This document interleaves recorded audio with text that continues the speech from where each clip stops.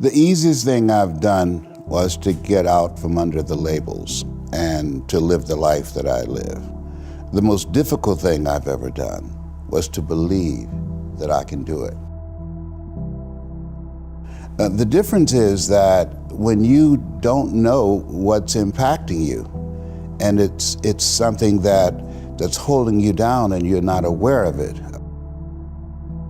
There are things that when you, in my situation, when you live in a dominant culture that is designed to destroy your sense of self and your belief in yourself, and you have to learn ways in which you can begin to connect with this power that you have within yourself to handle where you are. The key is to be constantly in a perpetual process of discovering the truth of who you are and fighting constantly to look for ways in which you can escape the inner conversation.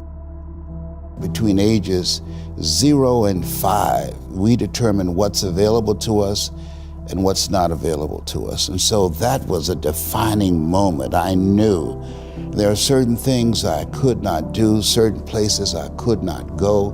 They used to have signs on Miami Beach that said, Jews, dogs, and coloreds not allowed. And so now you have to operate within the constraints of the dominant society and the things that they've created for you.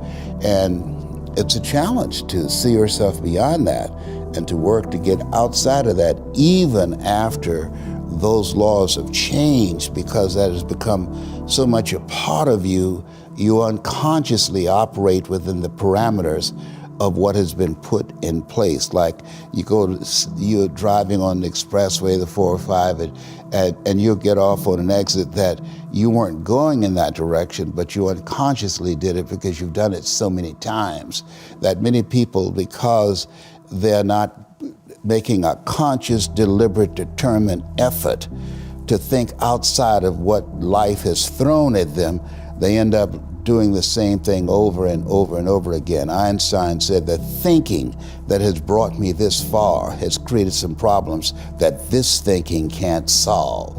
And so through relationships, through reading, through studies, through goals and dreams beyond your comfort zone, it allows you to begin to live out of your imagination as opposed to out of your history. Disney said, the imagination is a preview of what's to come.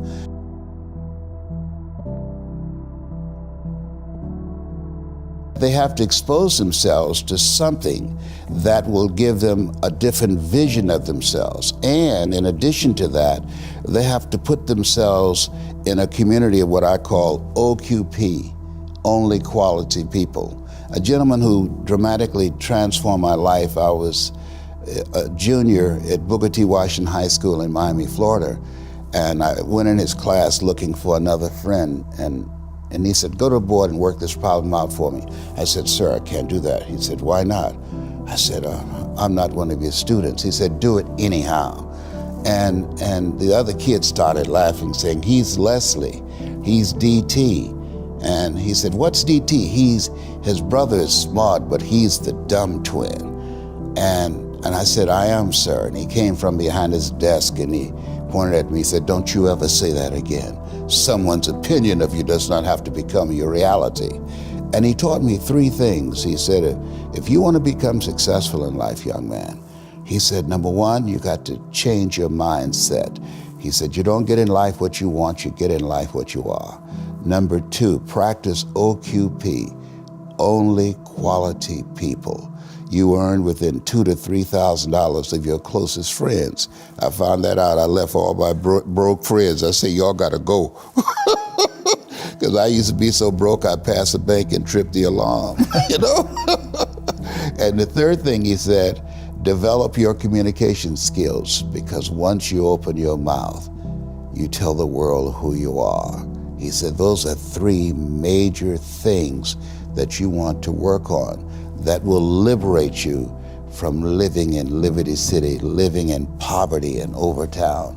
It will help to escape out of where you are right now, because I see you watching me and I know you want more. I can see the hunger in your eyes. You get hungry by finding something that's you. I believe that all of us are born unique, but most of us die copies. You got to find out what is it that turns you on, what resonates with you. One of the things that I realized and what allowed me to become successful as a speaker, the speaking industry has been hijacked by people who speak to sell, and it's okay to do that and make money. I speak to change lives because somebody spoke and changed my life. So this is my passion. This is my drive. This is something that I feel in my heart. And so the key to that hunger-driven life is a heart-centered life. I didn't do what I'm doing for years because of my programming, because of the culture in which I was raised in. I would see other people with degrees and PhDs and MBAs and credentials I don't have, and I convinced myself I couldn't do it. But Mr. Washington, on that day, we became friends, and he taught me not only someone's opinion of you does not have to determine your reality.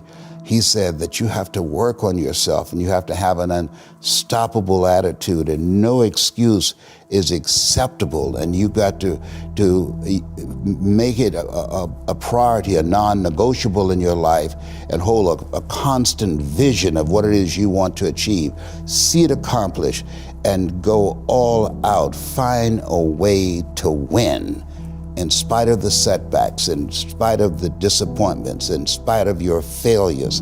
I tell people when I'm giving presentations, you will fail your way to success. I have a saying is life knocks you down, try and land on your back, because if you can look up, you can get up.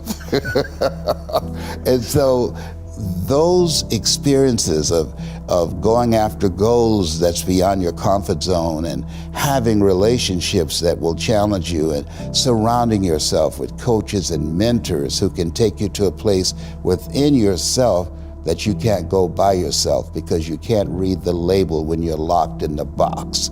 And so those experiences, they challenge you to go to that next level and continue to move forward in your life, doing new and exciting things that eye has not seen, ear has not heard, nor has entered the heart of mankind what God has in store for you when you live a heart-centered life, deciding that you're going to live a life that will outlive you. You're going to live a life that counts, a life that will build a legacy and change the planet. You know, Horace Mann said, we should be ashamed to die until we've made some major contribution to humankind. And so my goal is to make a major contribution to humankind.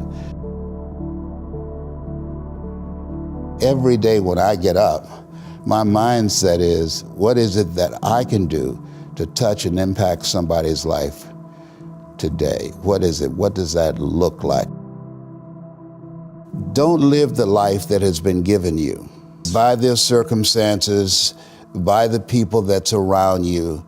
That Sidney Poitier wrote a book called The Measure of a Man. And he said, when you go for a walk with someone, something happens without being spoken.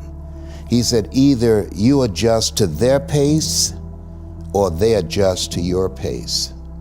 Whose pace have you adjusted to? And so there are things that we pick up and we think that they're our choices, but they're the choices that we've been programmed by life to do. When we leave our homes in the morning, we're bombarded with over 6,000 advertising hits through Facebook, through Twitter, through Instagram, through television, through our phones and through our communities, and through the computers. And so all of these things are impacting us every day. So if you don't have a program for your mind, then your mind is going to be programmed, and you'll find yourself doing things that you did not know, and that they affected you, that they, through marketing techniques and strategies, that they will create a thirst within you. I came up in an era that said if you built the best mousetrap, the world would be the path to your door. But if you know marketing, people will sleep outside your store to buy a telephone they've never touched or seen.